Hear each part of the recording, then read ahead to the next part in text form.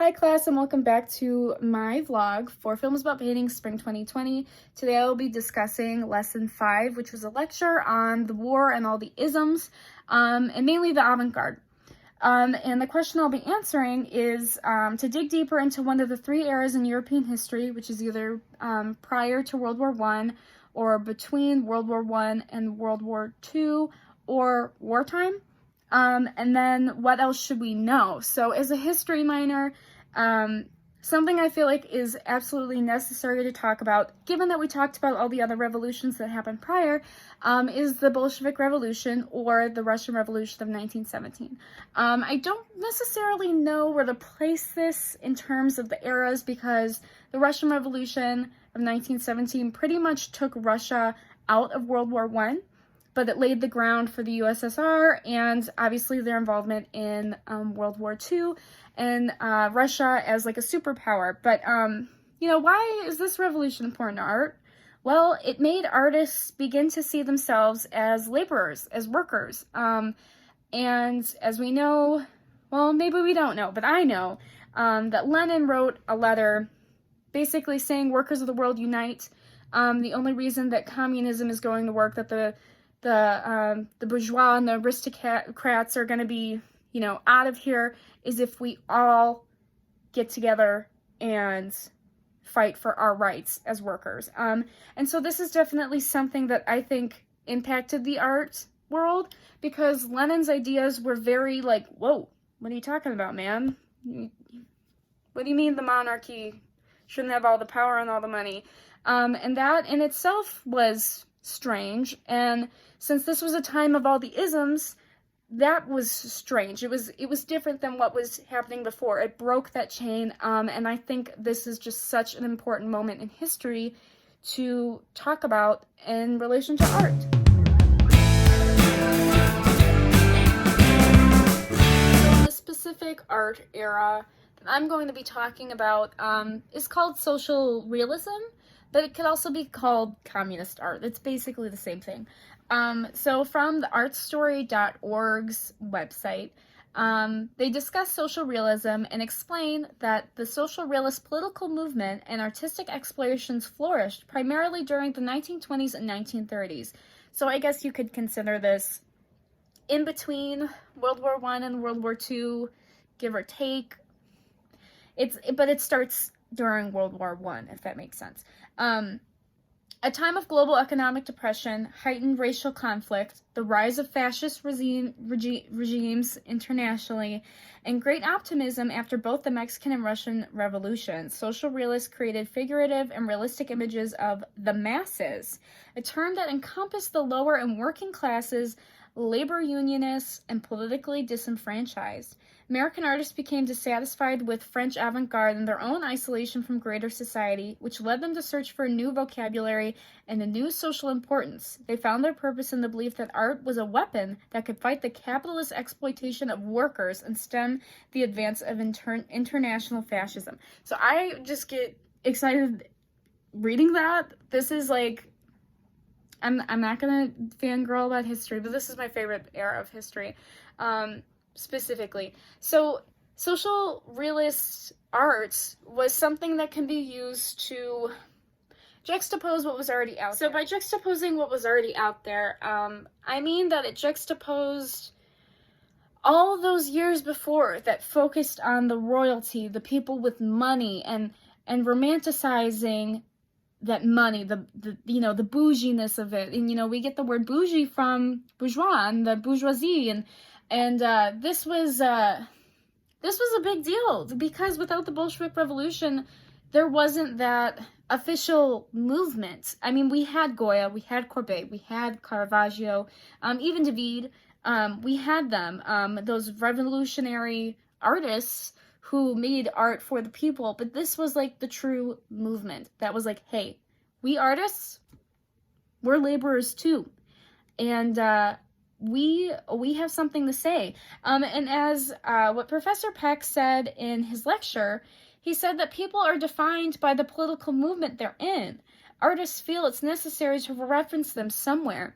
And so I think socialist realism is definitely a political and art movement. And that's something really cool, because I know we talked about Cubism, I know we talked about Expressionism, Surrealism, all of that, but this was something that directly is tackling politics and art together in a way that is not just through context. You know, it's in your face that we know this is a political movement. And so something from Christine Lindy's article titled Art in the Bolshevik Revolution from culturematters.org.uk, she mentions initially most avant-garde artists welcomed the revolution because Lenin's idea of political avant-garde as an agent for social change legitimized their own calls for radical action to combat conservative attitudes to art and society. So this kind of went hand in hand. We're over making art for the rich. We're over it. Who cares? What about us? What about our own experiences? What about art for my neighbor, art for my best friend that they can relate to, not just an image of a woman in like a crazy ball gown? Who has access to that, you know? So a social realist painting that I'd actually like to talk about is Nighthawks by the American painter Edward Hopper. And I know that's going to sound weird because aren't we talking about European history? Well, if we're going to look at it from a historian's context, I want to talk about, you know, when we're digging deeper, let's talk about long-term implications and like far away implications and what the Bolshevik Revolution was able to do for other places in the world, which was ultimately bring light to the working conditions that people were in, that the lowest class was in, that the middle class even was in, and recognizing their place in society to be the consumers, while the rich hoard all their money and the working class has no money.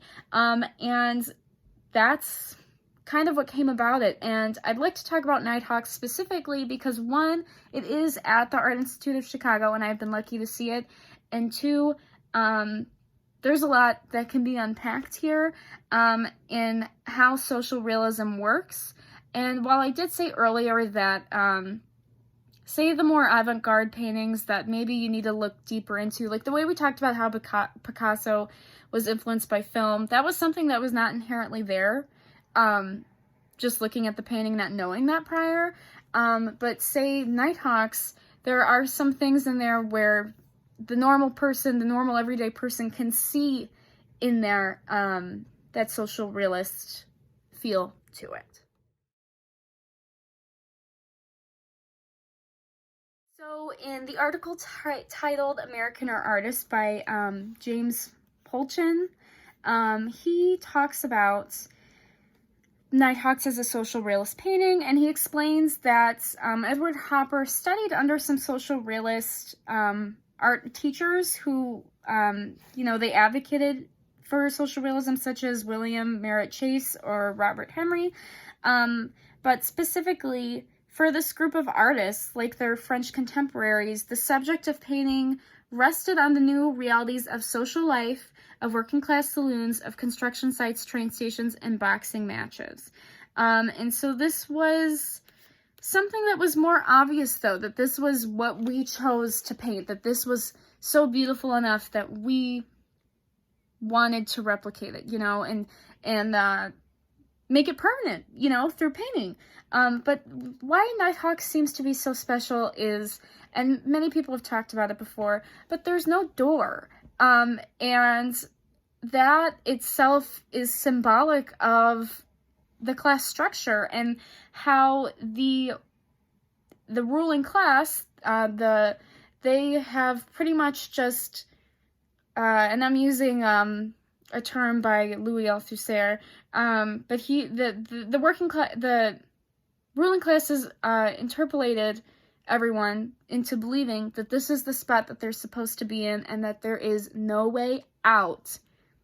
So there's no way out for these consumers of this restaurant to get out because they are stuck in there, but also the worker behind the counter.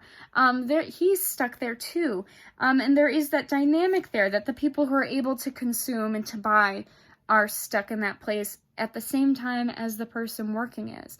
And I think that is very telling of the social realist art movement, and that this does come directly from the implications of the Bolshevik Revolution. And I don't think it would have been as impactful, or maybe it might have not even existed, if Lenin did not bring light to this.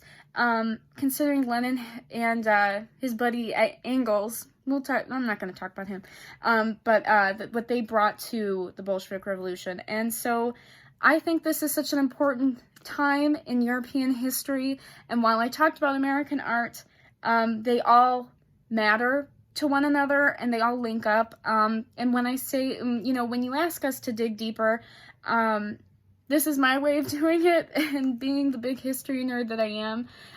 But yeah, so that's what I got for you today. Please, all of you, wash your hands. I don't want to be quarantined any longer. And have a good day. Thanks for watching.